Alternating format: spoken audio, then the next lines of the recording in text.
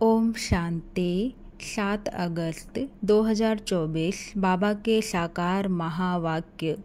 मुरली का सार। मीठे बच्चे, याद की यात्रा से ही तुम्हारी कमाई जमा होती है। तुम घाटे से फायदे में आते हो, विश्व के मालिक बनते हो। प्रश्न, सत का संग तारे, कुसंग बोरे, इसका अर्थ क्या है? उत्तर, जब तुम बच्चों को सत का संग अर्थात बाप का संग मिलता है तब तुम्हारे चढ़ती कला हो जाती है। रावण का संग कुसंग है, उसके संग से तुम नीचे गिरते हो, अर्थात रावण तुम्हें डुबोता है, बाप पार ले जाता है। बाप की भी कमाल है जो सेकंड में ऐसा संग देते जिससे तुम्हारी गति सदगति हो जाती है, इसलिए उसे जादूगर भी कहा जाता है। ओम शांति। बच्चे याद में बैठे थे, इसको कहा जाता है याद की यात्रा। बाप कहते हैं योग अक्षर काम में न लाओ, बाप को याद करो, वह है आत्माओं का बाप, परम पिता पतित पावन। उस पतित पावन को ही याद करना है। बाप कहते हैं देह के सब संबंध छोड़ एक बाप को याद करो। कहते हैं ना आप मुए मर गए दुनिया। देह सहित देह के जो भी संबंध आदि देखने में आते हैं उनको याद नहीं करो, एक बाप को ही याद करो तो तुम्हारे पाप जल जाएंगे। तुम जन्म जन्मांतर की पाप आत्माएं हो ना, यह है ही पाप आत्माओं की दुनिया। सतयुग है पुण्य आत्माओं की दुनिया। अब पाप सब कटकर पुण्य कैसे जमा हो? बाप की याद से ही जमा होंगे। आत्मा में मन बुद्धि है ना, तो आत्मा को बुद्धि से याद करना है। बाप कहते हैं तुम्हारे जो भी मित्र संबंधी है उन सबको भूलो, वह सब एक दो को दुख देते हैं, एक पाप करते हैं जो काम कटारी चलाते हैं। दूसरा पाप फिर क्या करते हैं? जो बाप सर्व का सद्गति दाता है, बच्चों को बेहद का सुख देते हैं, अर्थात स्वर्ग का मालिक बनाते हैं, उसे सर्वव्यापी कह देते हैं। यह पाठशाला है, तुम आए हो यह पढ़ने। यह लक्ष्मी नारायण है तुम्हारी एम ऑब्जेक्ट, और कोई ऐसे कह न सके। तुम जानते हो अभी हमको पवित्र दुनिया का मालिक बनना है। हम ही विश्व के मालिक थे, पूरे 5000 वर्ष हुए। देवी देवता विश्व के मालिक है ना, कितना ऊंच पद है। जरूर यह बाप ही बनाएंगे। बाप को ही परमात्मा कहते हैं, उनका असुल नाम है शिव, फिर बहुत नाम रख दिए हैं। जैसे बॉम्बे में बबुलनाथ का मंदिर है, अर्थात कांटों के जंगल को फूलों का बगीचा बनाने वाला है, नहीं तो उनका असली नाम एक ही शिव है। इनमें प्रवेश करते हैं तो भी नाम शिव ही है। तुमको इन ब्रह्मा को याद नहीं करना है, यह तो देहधारी है। तुमको याद करना है विदेही को। तुम्हारी आत्मा पतित बनी है, उनको पावन बनाना है। कहते भी हैं महान आत्मा पाप आत्मा, महान परमात्मा नहीं कहते हैं। अपने को परमात्मा व ईश्वर भी कोई कह न सके। कहते भी हैं महात्मा पवित्र आत्मा। सन्यासी सन्यास करते हैं इसलिए पवित्र आत्मा है। बाप ने समझाया है, वह भी सभी पुनर्जन्म लेते हैं। देहधारियों को पुनर्जन्म जरूर लेना पड़ता है। विकार से जन्म ले फिर जब बड़े बालिग बन जाते हैं तो सन्यास कर लेते हैं। देवताएं तो ऐसे नहीं करते, वह तो एवर पवित्र हैं।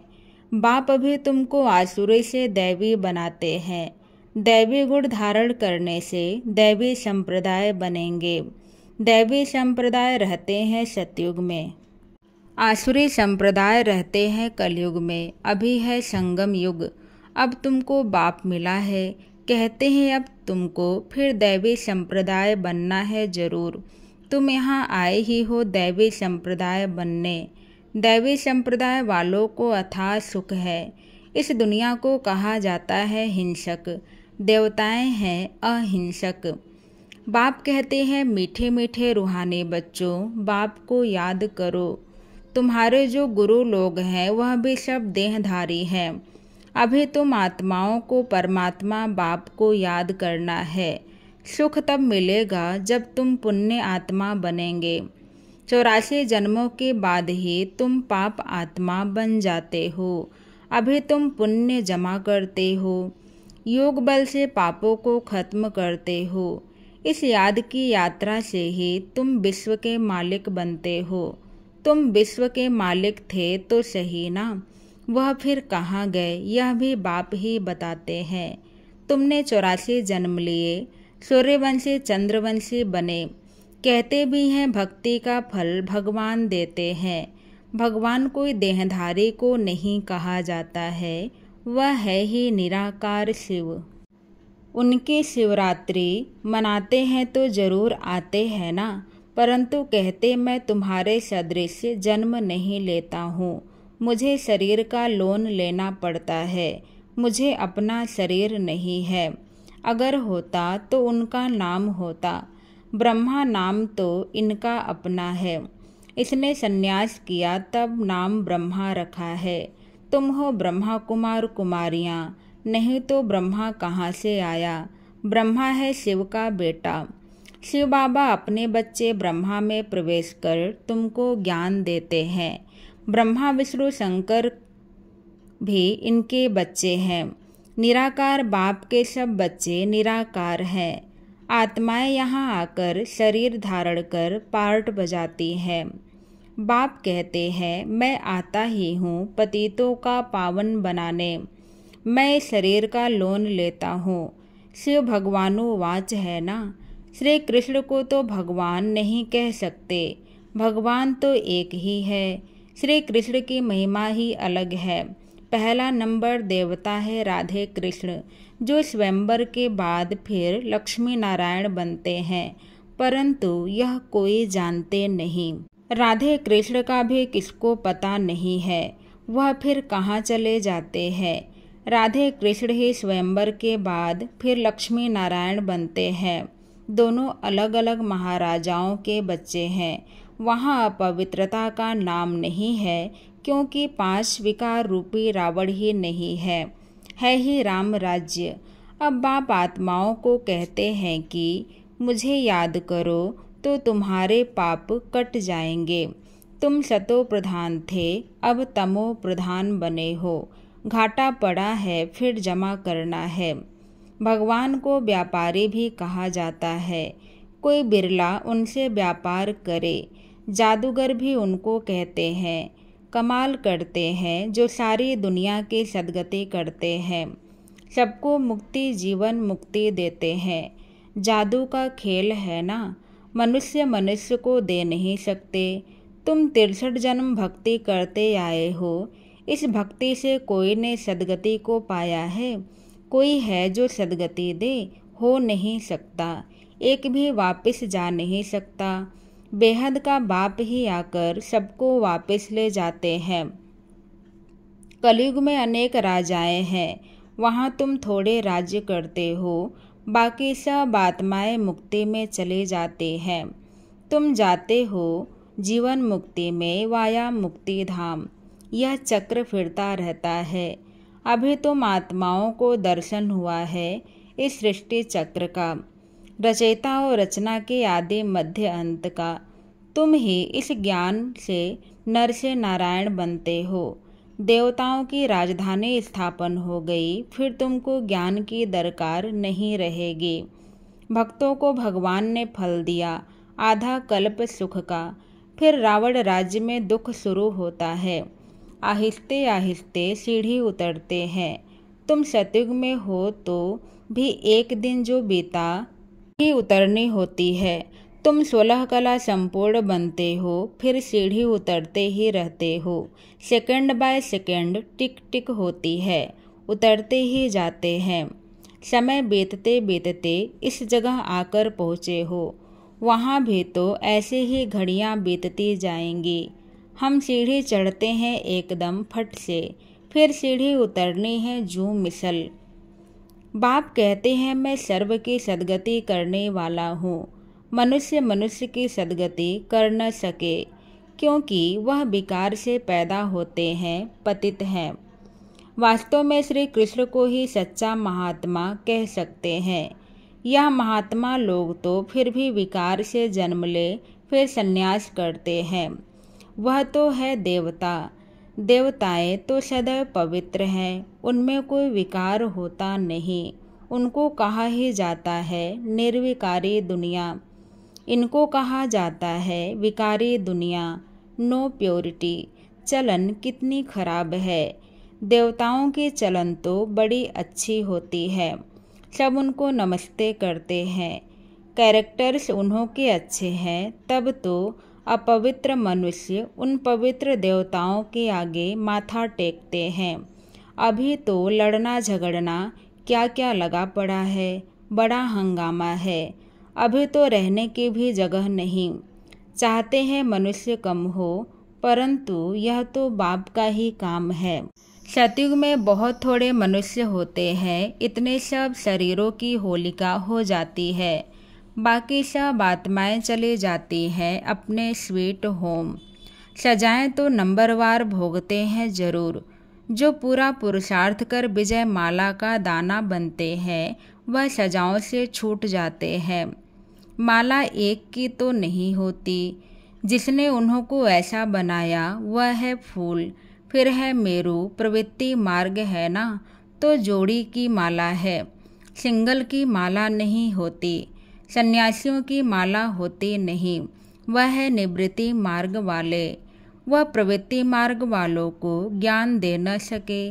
पवित्र बनने के लिए उनका है हद का सन्यास, वह है हठ योगी।